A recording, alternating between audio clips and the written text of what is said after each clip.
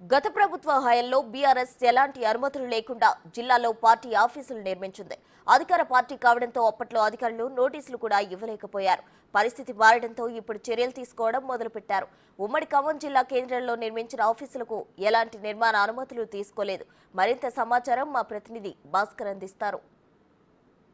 అధికారం కోల్పోగానే BRS party కష్టాలు వెంటాడుతున్నాయి. ఒకవైపున గత ఎన్నికలు గెలిచిన ఎమ్మెల్యేలు ఎమ్మెల్సీలు మొత్తం కూడా కాంగ్రెస్ పార్టీకి చేకూడుతున్న నేపథ్యంలోనూ మొత్తానికైతే మాత్రం ఇటీవల కాలంలో ఖమ్మం ఉమ్మడి జిల్లాలో జిల్లా కార్యాలయాలు నిర్మించినటువంటి బీఆర్ఎస్ పార్టీ కార్యాలయాలు వివాదాలకు తావిస్తుందని చెప్పుకోవచ్చు. మొత్తానికైతే మాత్రం ఒక 2018-19 సంవత్సరాల్లో ఈ యొక్క బీఆర్ఎస్ పార్టీ కార్యాలయాల నిర్మాణం కోసం సుమారు ఎకరం స్థలం కేటాయించారు. ఒక్కొక్క గజానికి వచ్చేసి 100 రూపాయల చొప్పున ప్రభుత్వ స్థలంలో పార్టీ కార్యాలయం నిర్మాణం చేసుకునే విధంగా అప్పటి కేసీఆర్ ప్రభుత్వం హయాంలో మొత్తం నిర్మాణాలకు ప్రత్యేక జీవో విడుదల చేశారు. వాస్తవంగా గుర్తింపు పొందినటువంటి పార్టీ కార్యాలయాలు నిర్మాణం చేసుకునేందుకు ప్రత్యేక అనుమతి తీసుకొని అదేవిధంగా దానికి ఒక ప్రొఫార్మా ప్రకారం ముందుకెళ్లాల్సిన నేపథ్యం ఉండేది. కానీ యథేచ్ఛగా ఒక బీఆర్ఎస్ పార్టీకి సంబంధించినటువంటి కార్యాలయం మాత్రమే ఒక్క పార్టీకి అనుమతి ఇచ్చేసుకుంటూ మిగతా వాటికి వాటికి అనుమతులు లేకుండా కేసీఆర్ ప్రభుత్వం అహంకారాన్ని ప్రదర్శించని చెప్పుకోవచ్చు. మరోవైపు చూసుకోవచ్చు, ఇప్పటికే ఈ జిల్లా కేంద్ర కార్యాలయాల్లో మొత్తానికైతే మాత్రం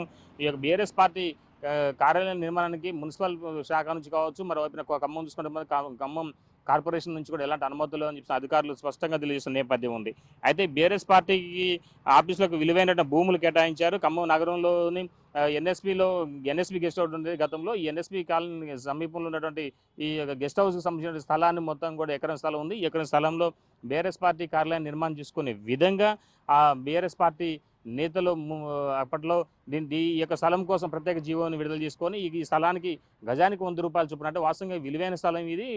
గజం వచ్చేసి ప్రైవేట్గా చూసుకుంటే కనుక సుమారు లక్షల రూపాయల పైగా ఉంది. అలాంటి దానికి గజానికి కేవలం 100 రూపాయలు వెచ్చించేసి ఈ యొక్క దీనికి పార్టీ కార్యాలయం నిర్మాణం చేసుకునే విధంగా రూపకల్పన చేసి 2019లో మొత్తానికైతే మరి దీనికి సంబంధించి ప్రత్యేక జీవో కూడా విడుదల చేసింది గత ప్రభుత్వం.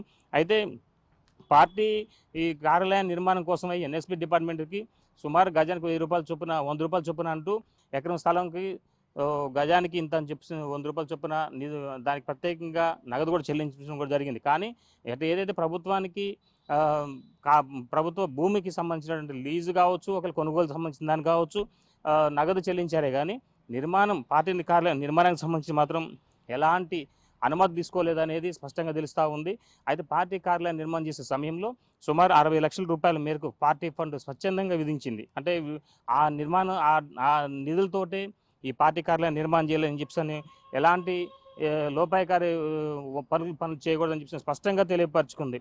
అయితే ఏదేమైనా సరే నిబంధనలకు నిధులు ఇచ్చిన అధికారులు ఒకవైపున కనీసం పార్టీ కార్యాలయం నిర్మాణం చేస్తున్నా కానీ వాటికి అనుమతులు ఉన్నాయా, అసలు ఎన్ని స్క్వేర్ ఫీట్లో బిల్డింగ్ నిర్మాణం చేస్తున్నారు, వాళ్ళు దాంతోపాటు షెడ్లు వేస్తున్నారు, కానీ వాటికి ఎంత వైశాల్యం తీసుకుంటున్నారనే దానిపై కనీసం మున్సిపల్ శాఖ కావచ్చు, ఒకవైపున ఈ కార్పొరేషన్ అధికారులు కూడా ఎలాంటి వీటిపై కన్నేయకుండా వాళ్ళు అధికారులు ఉన్నారు కనుక వాళ్ళు ఆడింది ఆట పాడింది పాటగా తమ యొక్క వైఖరిని స్పష్టం చేసినట్టు తెలుస్తూ ఉంది.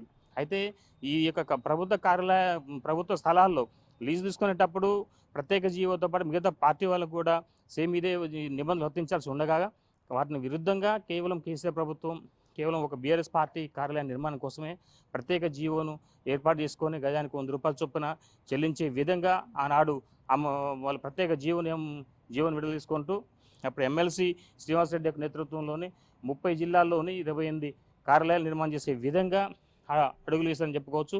దాంతోపాటు విలువైన భూములను సుమారు ఈ భూములు వేరే దానికి ఒకవేళ ఇచ్చినా సరే చాలా వరకు రెంట్ కావచ్చు, ఒకవేళ ప్రభుత్వ ఆదాయానికి నిండుకుండేది. కానీ జిల్లా పార్టీ కార్యాలయం అధికారంలో ఉంది కనుక అధికార పార్టీకి సంబంధించినటువంటి వాళ్ళంతా కూడా వాళ్ళు ఆడింది ఆట పాడింది పాటగా తమ వైఖరిని చూపెట్టారు. మొత్తానికైతే మాత్రం ఇక పార్టీ కార్యాలయాలకు ఎలాంటి అనుమతులు లేవని చెప్పిన అధికారులు తెలిసినా కూడా కనీసం పల్లెత్తు మాటలన్న పరిస్థితి నెలకొని ఉంది. అయితే ఏది ఏమనైనా దీనిపై ఇప్పుడుపై వరుస వివాదాలు వెంటాడుతున్న నేపథ్యం ఉంది. ఒకవైపున ఇప్పటికే బీఆర్ఎస్ పార్టీ గెలిచిన నేతలు కాంగ్రెస్ పార్టీలో చేరిన క్యూ కడుతున్న నేపథ్యం ఉంది. ఇప్పటికే ఎమ్మెల్యేలు ఎమ్మెల్సీలు కూడా ఖమ్మంలో గెలిచినట్టు ఖమ్మం ఉమ్మడి జిల్లాలో గెలిచినట్టు ఒకే ఒక ఎమ్మెల్యే, అదే భద్రాచలం ఎమ్మెల్యే కూడా ఇటీవల కాలంలో కాంగ్రెస్ పార్టీ చేరిన విషయం కూడా తెలిసిందే. అయితే మొత్తానికైతే మాత్రం రాష్ట్ర వ్యాప్తంగా కూడా బీఆర్ఎస్ పార్టీ సంబంధించిన సంక్షోభం పడుతున్న నేపథ్యంలో తాజాగా ఖమ్మం ఉమ్మడి జిల్లా వ్యాప్తంగా ఉన్నటువంటి ఒక భద్రాద్రి కొత్తగూడెం జిల్లా, మరొక ఖమ్మం జిల్లాకు సంబంధించిన జిల్లా పార్టీ కార్యాలయాలు మొత్తం నిర్మాణాలకు సంబంధించి పెద్ద ఇష్యూ నడుస్తూ ఉంది. దీనికి సంబంధించి ఇప్పటికే మున్సిపల్ అధికారులు, కార్పొరేషన్ అధికారులు కూడా దీనిపై దృష్టి సారిస్తున్నారు. దీనిపై ఎలాంటి పర్మిషన్ లేదు, కానీ ఒక భవన నిర్మాణానికి సంబంధించిన ఒక ఇంటి పన్ను మాత్రం కడుతున్నట్టుగా తెలుస్తూ ఉంది. అయితే దీనికి సంబంధించి ఉన్నతాధికారులు పూర్తి దృష్టి సారించేసి సామాన్యులకు ఎలాగైతే నిర్మాణం వాళ్ళ సొంత స్థలం ఇల్లు కట్టుకున్నా సరే అనుమతులు లేకుండా ఉంటే వాటిని ఎట్లయితే ధ్వంసం చేస్తారో అదేవిధంగా ఇప్పుడు ఉన్నటువంటి పార్టీ కార్యాలయానికి సంబంధించి మరి ఎలాంటి వాళ్ళు నిర్ణయం తీసుకుంటారో వేచి చూడాల్సిన పరిస్థితి ఖమ్మం నగరంలో చోటు చేసుకుంది. ఏదేమైనా ఇక ఖమ్మం జిల్లానే కాదు, భద్రాద్రి కొత్తగూడెం జిల్లాతో పాటు ఇతర జిల్లాలో కూడా ఇదే పరిస్థితులకు ఉందని చెప్పుకోవచ్చు. ఇది కొంత తాజా పరిస్థితి. కెమెరా సంపత్తో భాస్కర్.